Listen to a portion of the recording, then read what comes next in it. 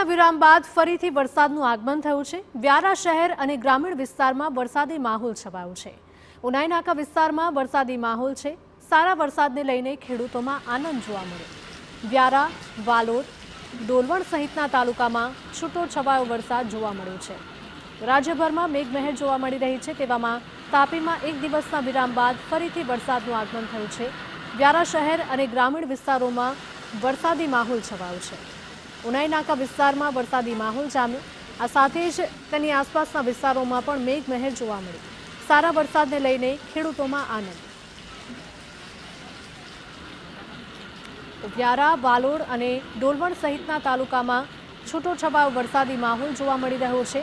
તાપીમાં એક દિવસના વિરામ બાદ ફરીથી મેઘરાજાના મંડાણ થયા છે।